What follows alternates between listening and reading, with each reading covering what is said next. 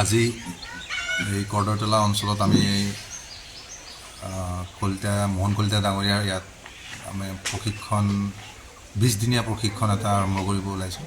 ইয়াত আজি উদ্বোধনী কৰিছে আমাৰ জিলা নিয়োগ বিষয়া অপূৰ্ব ৰয় ডাঙৰীয়াই। আৰু এই প্ৰশিক্ষণটো 5 ঘণ্টাকৈ আমাৰ এই 10জন প্ৰশিক্ষাৰ্থীক আমি 20 দিনৰ কাৰণে জাপি কেনেকৈ বনায়, জাপিত নতুনত্ব আনি কেনেকৈ আমি জাপিটো উৎপাদন কৰোঁ বা তাৰ উদ্যোগ কেনেকৈ আগবঢ়াই লৈ যাব পাৰোঁ, তাৰে কাৰণে অসম দক্ষতা বিকাশ অভিযানৰ পৰা এই 20 দিনীয়া প্ৰগ্ৰামটো পাইলট প্ৰজেক্ট হিচাপে আমি আৰম্ভ কৰিছোঁ।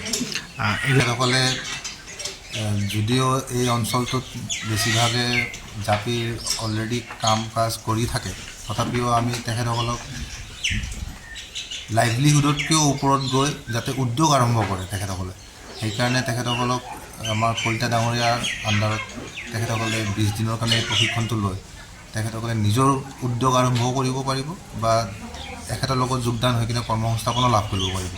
কিন্তু আমাৰ উদ্দেশ্যটো হ'ল কি, জাপিত আমি নতুনত্ব আনিব লাগে। জাপি আগৰ সেই জাপি যিটো আমি চাওঁ দেখা পাওঁ, আজি সেইটো নাই।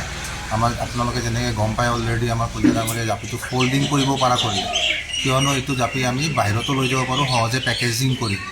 তো এতিয়া কেৱল এই তেখেতৰ যিটো এই ইন'ভেশ্যন বা যিটো নতুনত্ব আনিছে জাপিত, সেইটো অকল তেখেতলৈ সীমিত নাৰাখি আমি অঞ্চলটোত আনলৈও এই শিক্ষাটো আমি বিয়পাব বিচাৰিছোঁ। আৰু সেইটোৰ কাৰণে আমি 10জনীয়া প্ৰশিক্ষাৰ্থীক আমি প্ৰথম পাইলট প্ৰজেক্ট হিচাপে প্ৰশিক্ষণ দিব বিচাৰিছোঁ। চ' এই প্ৰকল্পটো আমাৰ অসম দক্ষতা বিকাশ অভিযানৰ পৰা আমাৰ প্ৰথম নলবাৰী জিলাৰ কাৰণে জাপিটোহে আমি ইণ্ডিজিনিয়াছ ট্ৰেড হিচাপে লৈছোঁ। তো মই আশা ৰাখিম যে আমাৰ এই শিক্ষাৰ্থীসকলে এই প্ৰগ্ৰামটো ভালকৈ যাতে সদায় যাতে প্ৰশিক্ষণটো গ্ৰহণ কৰে।